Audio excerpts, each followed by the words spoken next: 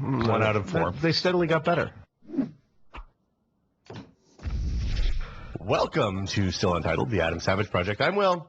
I'm Adam. And I'm Norm. Norm, are you pretty sure that's recording? It is you see the bottom red? Oh, the red in the bottom left? Absolutely recording. Okay, I believe you.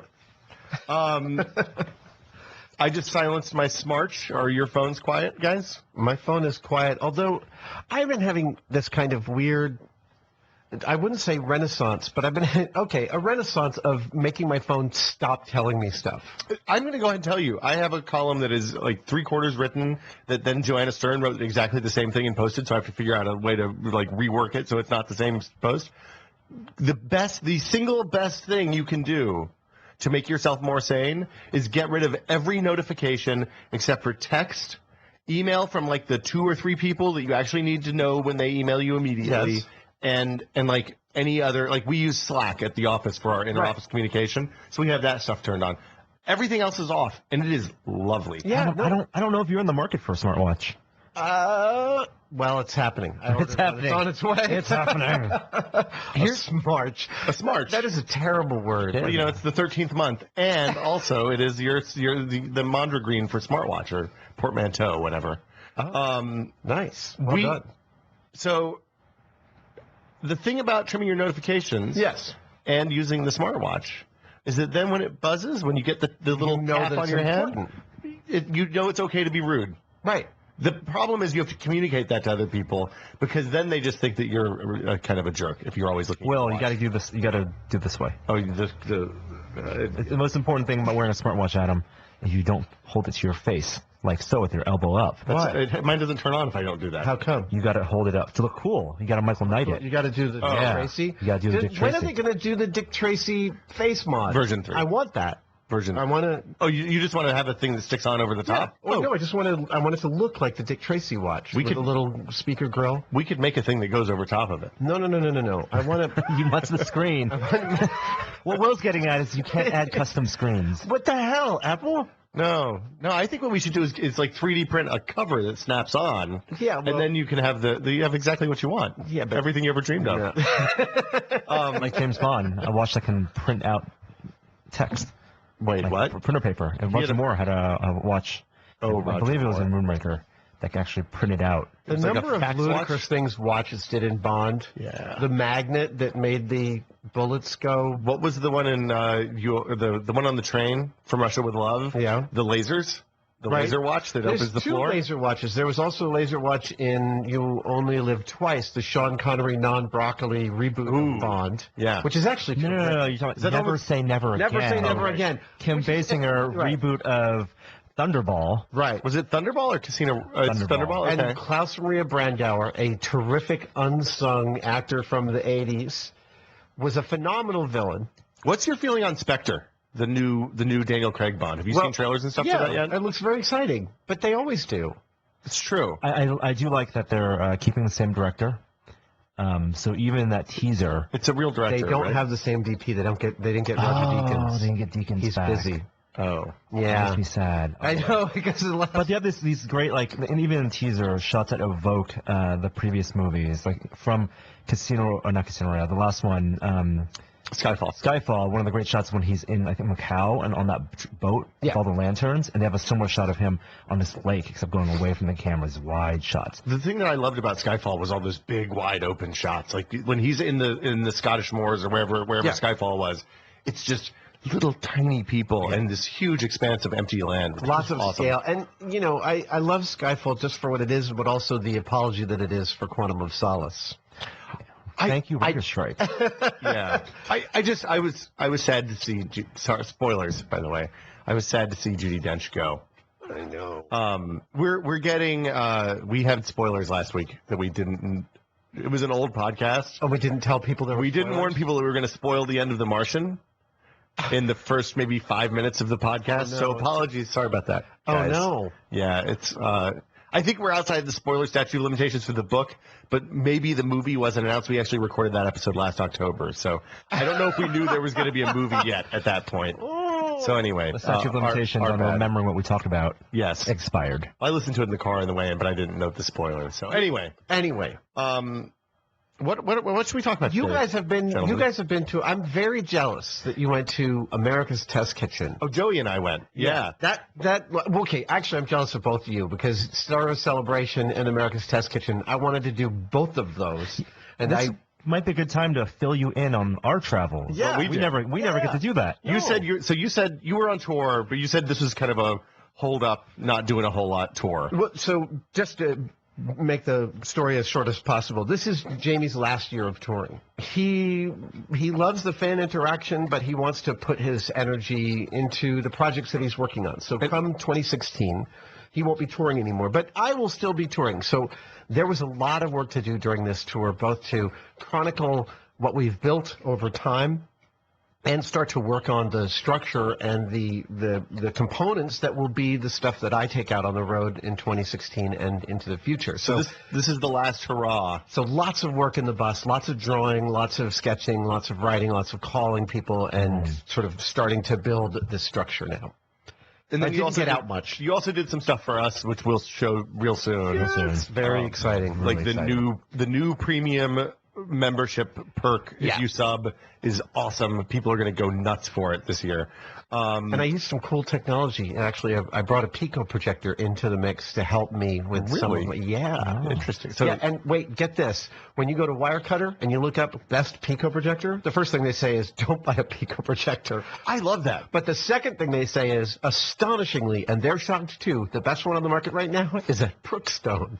Wow. I was surprised. Yeah. I know. It's the sharper image. It's the best model. That's I didn't even know does that ever Brookstone's still happen? around. I know, they are. Yeah, that's okay. Still So- selling you bean need pillows. those, yeah, But you exactly. guys, did you say bean pillows? No, I was gonna say the Inflatable neck pillows. memory foam pillows. The thing that they do that I love is that enormous wedge that you put on. You fold down the tray on the airplane. My and mom you bought just- one of those. Does it She work? never used it. I'd be the inflatable rested. like if you're on the aisle and somebody inside needs to go to the bathroom, where do you put that thing when you get up? I have no idea. There's no butt or crotch choice. You just have to like hold it up, and it's a disaster. All right, so your travels. So let's see. In March, Joey and I went to Boston for PAX East, and we don't get to Boston that often, for the site. Yeah. So while we were there, we've been trying. There's a couple of companies we've been trying to see for a long time. One was American Test. We've been trying to get into Boston Robotics, but now that they're a part of Google, I don't know if that's ever going to happen. I want to see the terrifying future of our robotic overlords up front. Can people please stop giving robots weapons? I don't think they give robots weapons. Well, I mean, The articulated legs like that. I get really, really terrified. If they're fast like those robots are, they don't need weapons. They just have pointy limbs, and we're all I boned. told Jamie that he can design all the robots he wants, but I personally will physically not allow him to put a weapon on a robot. I appreciate that. Too late. Put a spinning blade on a quadcopter. Hey, that was for lawn work. Yeah. That's right. That's not a weapon. Anyway. How you use it. So Will went to American. I went to American Test Kitchen. Yeah. Which we've talked about American Test Kitchen before on the podcast, but it is literally how I learned to cook was by watching American Test Kitchen and reading Cooks Illustrated. And Cooks Illustrated is one of the great, we've talked about it on the podcast before, one of the greatest magazines, especially for those empirically minded. Well, and as somebody That is to say, sentient humans. people who should have, yeah, that's sentient humans is a good way to describe them. For people who I'm a magazine person. I made magazines for 10 or 12 years, and it is my favorite magazine, both because the content is amazing, but because the craft of putting that magazine together is astounding, and they do it all in an ad-free context, which is really hard for a magazine. Yeah. It is an amazing piece of work. There's 6 issues a year, something like that. It's not a massive read. But it will, just reading one of those issues will make you better. Yeah, Will make you better. and the thing that's great about it is it's not just recipes. The right side of an article has the recipe. The left side of the page explains the process that they got to get to that recipe. So they'll say, if we wanted to make eggplant parmesan, we started out with kind of sad, floppy, crappy, mushy, gross texture eggplant. And then we kind of step back to see what we could do along the way. And they'll talk about... And they'll break it down into components and address each one, and they'll fail at a few, like this was a total disaster. So I was super curious about their process, just as a industry. It's a big... There's 2 magazines, a cooking school, the website, and it's all done in the same location. All done in the same place. Both shows come out at the same place. Wow. And they... it was astounding. Like, it was really interesting. And so we walked through the whole process about how they do, like, where they start with recipes. Usually it's like a common American classic food. Right. With Cook's Country, they do more regional stuff. So they'll do, like, they'll replicate recipes from parts of the country that maybe don't, like, their food hasn't spread. So we had a Wisconsin butter burger when we were there. I want one of We can make that happen. Yeah, no, I read that and looked at that and I was like, oh my God, I need that. It turns out if you use butter instead of mayonnaise, that's a pretty good experience in the food world. I totally agree with that. Yeah. So Christopher Kimball, who's the editor and founder of Cooks Illustrated and ATK and all that stuff, basically took us on a tour and we talked about their recipe process, which we didn't get into the video because it was a little bit too in the weeds for the video. But Recipe developing process. Like their development process, Right? And basically they'll do up to 100 iterations. They start with five variables that they test. So they'll make a control and then four things that change. Right. When they start with a recipe, and they kind of do that to figure out where they need to do the work, right? Where they need to pay attention. Right. This is also why they have a best chocolate chip cookie recipe from 15 years ago, and then they'll update it a couple of times because they'll look at it and they'll think, oh, you know what, we like the tooth on this cookie, but we want that exterior to be a little crunchier, Right. Or we want to have a milk chocolate chip variant. So or something you want to like dial these different variables and play around with them. Exactly. So they do the initial pass of 5 recipes, of 5 things. We showed that in the Baked Alaska a little bit. And then they'll go out, and from there, that kind of informs the direction that they go. And it doesn't always narrow it down. Sometimes it greatly widens the number of tests that they perform. And then to do the actual test, they have 45, 50 people on staff there at any given day. Wow. And they'll do tastings. So the editors and the cooks, they will all come down, run down the line. They'll taste it. They'll look at the component that they're supposed to be evaluating, and then they'll also talk about the overall, like, the holistic package of what they've made.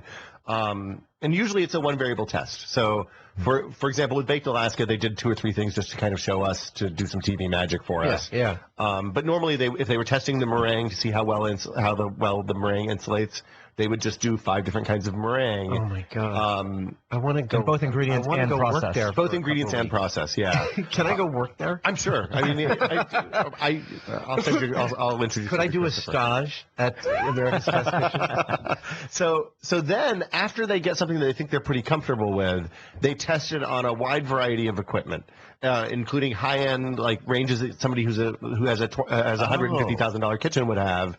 And then they also have a couple of really beater electric stoves, so that if you're living in a bad apartment in Brooklyn and you just have an electric range, Right. They want to know how it works with that. And they do both high-end cookware and low-end cookware. Most of what they use in the kitchen is the stuff that they test and recommend. They also keep some other stuff just for reference. They use a lot of those Le Creuset,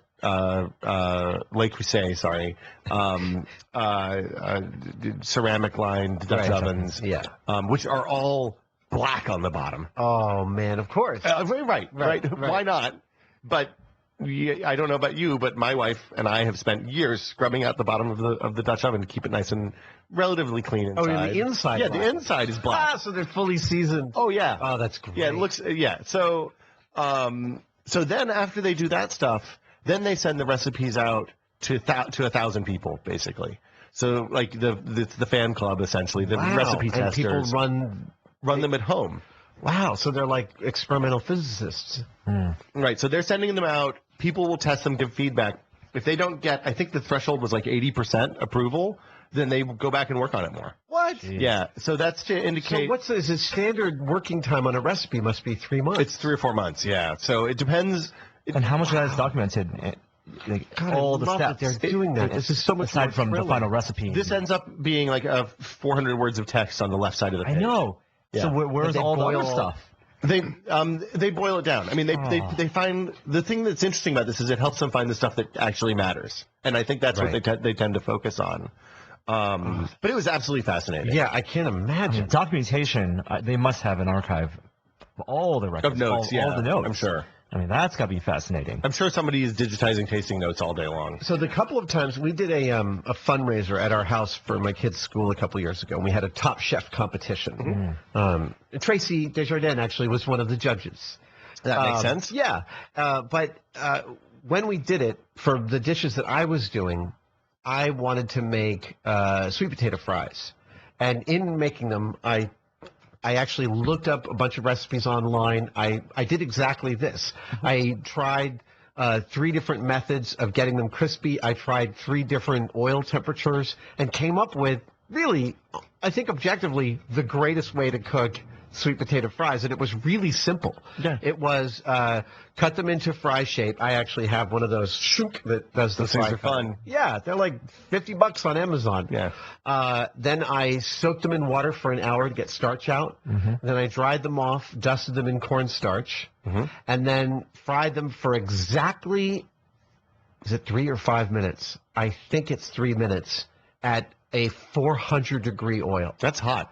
390 degrees. The difference between 350 and 390 was massive. Soggy versus That's Yeah. the big variable. Yeah, at 390 in 3 minutes, you get these perfectly cooked, crispy on the outside, soft on the inside, and they're still good when they're cooling down, unlike that fry window.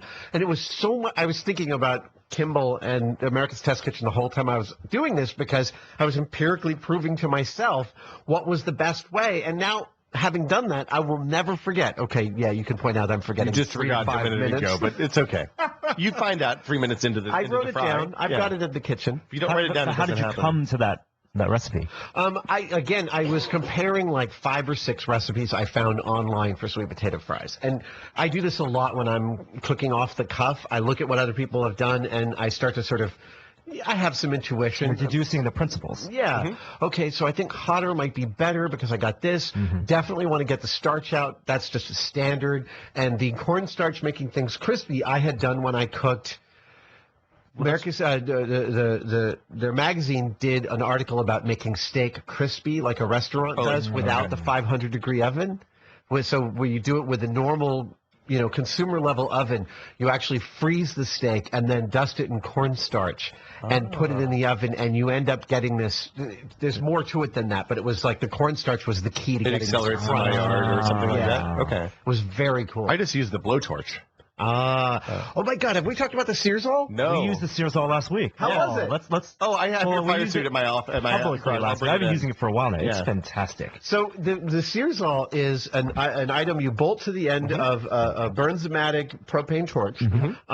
If I'm correct, it was developed by David Chang's people. It was developed by David Arnold. David Arnold. Okay. Who is he worked for the American Culinary Institute, I think. He's the guy who did the first best slow egg immersion circulator like breakdown. Here's the difference between 63.1, Right. 63.5, 63.6, A food scientist. He's a food scientist. He works with Dave Chang. So I was lucky enough to have one of the friends and family meals at the new Co in New York, just as it opened. Thanks. Of all the things you've done, it was that and like the F-18 flight Yeah. and breaking the speed of sound. And, So sitting there at the bar at the new Momofuku Co, they break out this thing and to sear the top of this sort of perfection bit of sushi that he's serving. And I was like, what is that? And Chang was like, yeah.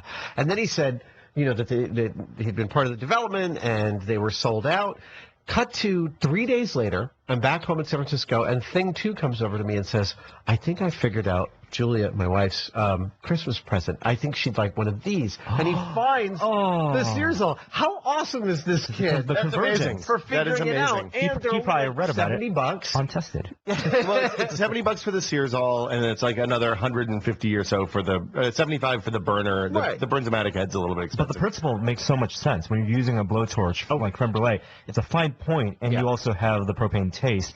They want to get rid of both of those things for people working lines and for catering, where you got to blowtorch lots of things at once. This increases that surface area. So we should explain what it is effectively in a restaurant they keep food warm not under heat lamps like they did in your school. They use what's called a salamander, which is a sort of a gentle broiler. And that's what the Burns-O-Matic is. It's a spot broiler that puts out about a 4-inch wide gentle flame. And there's no better thing for burning meringue, the top of meringue, or searing fish, or a steak, or a steak. burger. We finished a beautiful tart that Julia made recently. Reheating pizza. fantastic. Reheating, Grilled cheese. well, you know the reheating pizza trick, right? Well, I do both. Yeah. Oh, really? Slow, What's the other slow trick? on the pan. An medium, unoiled pan unoiled on pan, medium until the medium. cheese is melted. Yep. That Like pizza cast will iron? be as No, yeah. regular pan. Whichever works you too. want. Oh, yeah. That takes pizza will longer. be as good or better than it was the Better. day before. Yeah, you get medium. You get a real crisp keeps the bottom from croissant. Oh, I burning. like that. Under a And medium, then yeah. once the cheese is bubbling, then I put the Searzall and top it off just a little bit. So all the Searzall is basically, if you're familiar with Bunsen burners and Yeah. Meeker burners, It's just a head. basically a Meeker burner Yeah. for your propane And torch. it's brilliant. It's an amazing tool. It's one of those few tools. Actually, I gave one to Tracy for Christmas, and I said, I've got a kitchen gadget for you that one, you don't know about, and two, you will actually use. And she was yeah. like, shut up. Did you see? Is it? Yeah, I think she has. Okay. Yeah, it's. I haven't confirmed It is. that. My wife, when I whipped that out the first time, she was incredibly skeptical. Yeah. And immediately converted. Yeah. Well, the trade-offs are very logical in terms of that and a regular burner. It's just that it stays hotter longer and it's Right. a bigger surface area for you to potentially burn yourself on. So as long as you're careful. And a more gentle bandwidth of what's hot. It's fantastic. It's really I'm good. so in love with that tool. So yeah, Searzall, highly recommended. But that was a derail. So when can I go to America's Test Kitchen? We can put when you're in Boston. Okay. Next time, let us know. Next time we I'm can there. we can hook you up. So is the space like much more giant than you expected? No, it's so It's like when I went to Chef Steps. That space looks beautiful on camera, and it's like twice as pretty in person. So I've been to Chef Steps too. Yeah. That'll be up in June, I think. Those videos. So the Chef Steps it's a completely different thing. Right. This is dense. This is the people have clearly been working in this place for 20 years now, 15 years. Right. They have a recipe library that is probably 4,000 or 5,000 cookbooks, all sorted by Do genre. they have like the rolling shelves for that? No. They have carts. Stacks of them, library of them. They have like a put your cookbooks back here. Don't file them back yourself because we want the person to put them back to know where they are. It's Yeah. like In-house real librarian. library. Pages that sort them back. I don't know. I don't know about that, but That was yeah. my first job. Really, you were a library I was page? a library page. Wow. Yeah. They have so one of the things is it seems like Christopher Kimball went to boarding school in New England, and Shocking. I know it's hard to believe. The bow ties Where do are you learn what to gave tie it a bow away. tie? I know. It's just like tying your shoes, Norm. The boarding school that he went to, the way that they had classes was around these enormous farm tables, these huge, Right. like 25, 30 foot long tables. They had a couple of those tables set up, and it's where they do staff meetings Yeah. and like editorial meetings where they argue about recipes. And because the other part of it that we didn't talk about here is that when they're going through these recipes, they talk through the whole thing from soup to nuts, and it's occasionally argumentative, is what we were told. I hope that's But it should documented be. somewhere. Yeah, I mean, It should be. I mean, you're going to have that just tells me that it works. We argue making magazines was argumentative for we us. argue Yeah. vociferously on Mythbusters all the time, and it's constructive. It's not Yeah. destructive. It's not like we're being assholes. It's not ad hominem. There, Yeah. the rule we always had at Maximum PC was you attack the idea and not the person, right. because you're a decent human being. Hopefully. It's And amazing you had to codify. You got to attack the well, recipe, when not the cook. When we had new people come in, sometimes they would get pissed and feel personally affronted when they would say something and then they would get picked apart, and it became a just thing. part of the process. onboarding process was Right. letting them know. We're going to have conversations. People are going to attack the things that you say. Yeah. It is not a personal attack. It's just the way we make the magazine good. Right. And they do the same thing, which I absolutely love. But they have an enormous table for it because they have a huge staff. That's great. So it was a fabulous I was like walking around Disneyland. Oh. And you, speaking of Disneyland, Yeah. you went to Celebration. Star Wars Celebration. Star Wars Celebration, Have you which been to I've a Star still Wars? never been to. I hadn't I. been to before this year either. Next year. I'm going next year. Star Wars Celebration. Adam, Send me it's an in invite. Europe, dude. I It's will in, make it's in it. London.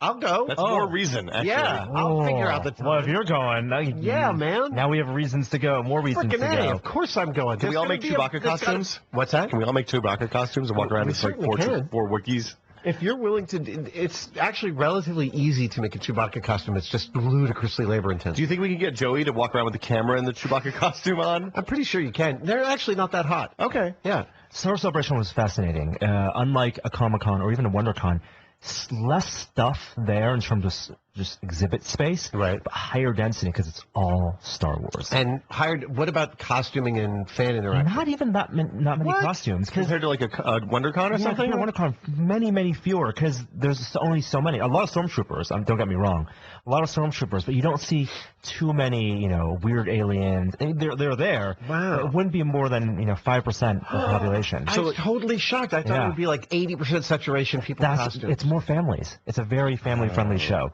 So if you're in London next year, definitely recommend you going. But it is a show run and organized by fans completely. Right. With the support of Lucasfilm. With the direct support of Lucasfilm, which boggles the mind. Well, I mean, Lucasfilm has always been very, very, very smart about the fan interaction and about being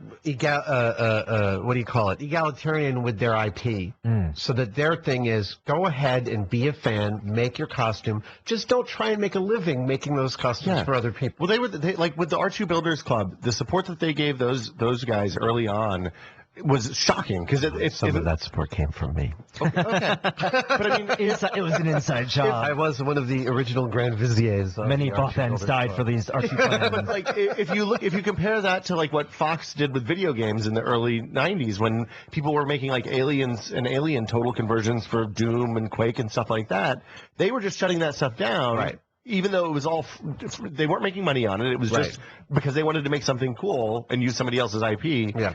Lucas could have done that with R2 Builders Club and all the Stormtrooper armor, the 501st, all that stuff, and instead they've embraced it, and it has paid them back in Absolutely. 100-fold. They had a real director of fan relations, Steve Sansweet, and a lot of people forget, back in the early 90s, Star Wars was not on top of mind in pop culture. It was 70s and 80s for sure. It was something that had happened back in the past. It happened in the past, and it was before the announcement of those other movies. But we're feeling that resurgence now. Wait, there are more than 2 Star Wars movies? Well, there's going to be a third one. The one with coming Ewoks is okay. It's not. We're going to watch that. We're going to do a commentary on that because I want to break this down. We certainly can. I think it is a much better movie than you remember it being. There are great moments in that movie, great characters. I'm sorry, the way you phrase your question makes it sound like there's a subjective opinion. Oh, boy. All I'm saying is that I feel like this is an opinion that might have formed when you were, say, an impressionable 19-year-old. It could be. And is locked in.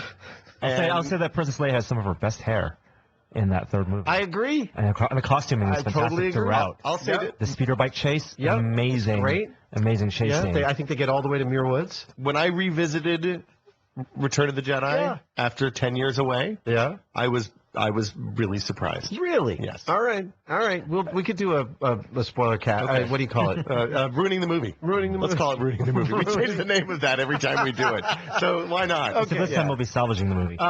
So in terms of fan relations, things I was surprised at, they had some of the fan prop makers had made props from the new movie already. Zan's. Wow, with, really? With the speeder, with support of Lucas. Right. J.J. Abrams toured the exhibit floor that first day he was there and inspected, the big Rancor and the speeder bike. He autographed it.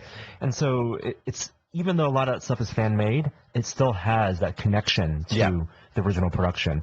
Anovos, which by the time Anovos, which we've bought Star Trek outfits from, they had the new Stormtrooper armor and people wearing them on the floor. Serious? Yes. Yeah. So we must buy. We're getting hooked up with kits. Yes. We're gonna make kits of the Excellent. Anovos Stormtrooper armor. Yes. Yeah. You got me in there too? Oh yes, we're doing good. it. It's a fantastic. They did a fantastic thing. We can get him. We'll get him a Stormtrooper outfit. If Jamie will wear the Stormtrooper, we'll have to stick the mustache on the front. The new canon is that the new Stormtroopers, none of them are clones now. They're all journeymen. They're all Just fascists, I guess. Well, Maybe. some of them were Maybe not. They're just getting a paycheck. And- They're just and a little some man of them- afraid for It's his not like job. they're independent contractors, man. They knew what they were doing when they signed I'm up for the so Empire. sure that the Empire runs them like Uber. Right? You have to wear this uniform. You've got to use the gun we give you. We've got some machine gunning that has to happen over on. Did you see this on Reddit? There's somebody at Celebration posing with a stormtrooper, and he said, "Aim the gun at me," and the stormtrooper pointed it at back. Fantastic. I give the Stormtrooper 3 stars on the app. That's good. The New Order app.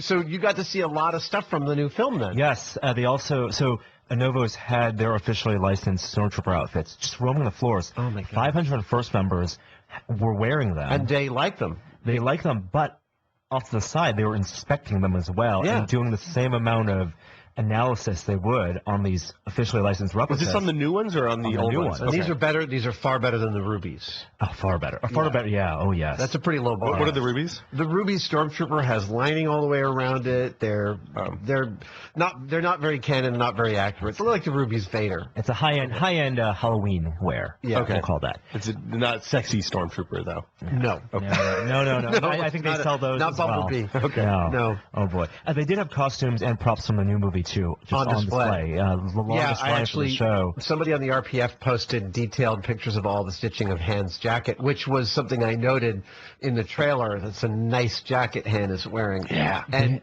I don't know, did Trish Bigger do the costumes for the new one? I don't know. I'm not exactly sure. Okay. They didn't have the credits for the tailors, unfortunately. It looks They like had the Bespin jacket though, right? It does. Yeah. It's very close. And, Han's gear is all kind of very specifically of a piece. Like, I used to be in some sort of military outfit. I mean, Joss Whedon borrowed exactly that look for Mao. Yes, for Firefly. Oh, right. Yeah. It was a great time. It was relaxing. The panels were tough to get into because they did a lot of announcements. Gareth Edwards was there to talk about the anthology film, Rogue One, and I guess this is news after the event. They kind of worked out about the second anthology movie. It's Boba Fett. Yeah, I heard this. Oh, really? Boba gets his own movie. The Boba Fett origin story. We already is saw that. The second. Oh, he's a little kid, and his dad dies, and he's sad. So he says, "You want some rock salt?" I don't care about that at all. Are you going to do faster with more intensity? No, it's More intensity. So you like Angelina Jolie? No, there's a classic Patton Oswalt bit. We're not gonna completely. So Michael Kaplan's a costume designer, but I don't know. Familiar name. Yeah, Did you Watchmen? Wow. That would be pulling out of like a. If you nailed that, I'm going to be very impressed. Let's see how good Google is failing. Let's see how good Norm's wetware IMDb is. I've seen a lot of behind-the-scenes videos, and those lower third title cards really stick with me. The costumes look fantastic. Yeah. We talked briefly last week about the Vanity Fair photographs. Did you see any clone troopers? Any chrome troopers? No chrome troopers. Yeah. Fight Club 7, Blade Runner, Star Trek 2. Blade Runner? He was in the costume department on Blade Runner. The original Blade Runner. That's a long time ago. I'm just saying. He doesn't look that old. But this is a long list of movies. Well, you're going backwards. Blade Runner 1982. Definitely not Watchmen if it wasn't listed up on top. This is great podcast, guys. Listeners of the podcast. Okay. Exactly. Anyway, I'll just edit that bit out. Surf the web on Michael Kaplan, not the Watchmen costume designer. Norm failed. That's the important part here. The costumes look great. The props look great. Everyone was super enthusiastic. It was such a great feeling. I mean, everyone's a Star Wars fan. The strange thing was that they devoted a section of the convention, a significant section, to a big tattoo parlor. Whoa. Where they had officially licensed, maybe I think more than a dozen, 24 tattoo artists doing Star Wars tattoos in person and packed the entire weekend. Could you get a Leonard Nimoy tattoo there? I don't think they would. I don't know. So let's just point out here that we're in an age where companies feel that it is absolutely paramount to have maximal control over their brand in every possible way. Yeah. And this is the intersection where I personally beat this drum, where copyright starts to drift into personal liberty. And that's a longer story for some other time. But right now, let's just point out that one of the most successful media companies in history, which is Lucasfilm, has a completely different, and I wouldn't say laissez-faire, but a much more egalitarian and open relationship with their fans because they understand, they seem to have a philosophy that makes it clear that that type of interaction is good for the brand, and they don't piss all over it. And I really hope that there are other media companies, hello Mattel, you're assholes about Barbie, that will take that torch and run with it, because we're in an age when people can start to be 3D printing their costumes and have access to much more data and information. The replica prop form gets bigger every year, and this kind of stuff is the stuff that they discuss a lot on the prop forums of when they get C and D letters, and they do. Yeah. And that's no good. I really think that Lucasfilm's approach is the right one, and the honest one, and the generally morally correct one. Well,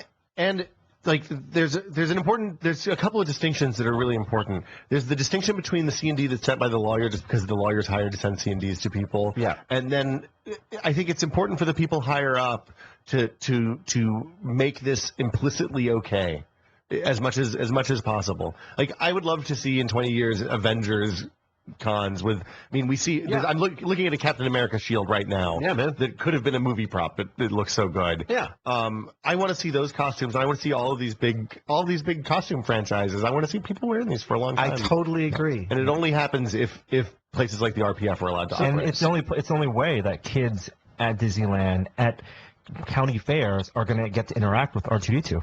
Right. Yeah. And so, since I'm sure that there are several moguls that listen to this podcast, Hi, moguls. Listen up. Listen up, moguls. We're telling you how to do your business because clearly We're experts. I mean, we're the internet's experts on everything, apparently. Yeah, so I guess that's as good a place as I need to wrap it up. Next year I'm going. That's all there is to it. All right. We had more stops while you were gone. Norm went to WonderCon. Yep. I went to this coffee convention, which we can talk about some other time, maybe. Wow. Okay. And then went to Monster Palooza as well. Yeah. Oh my gosh.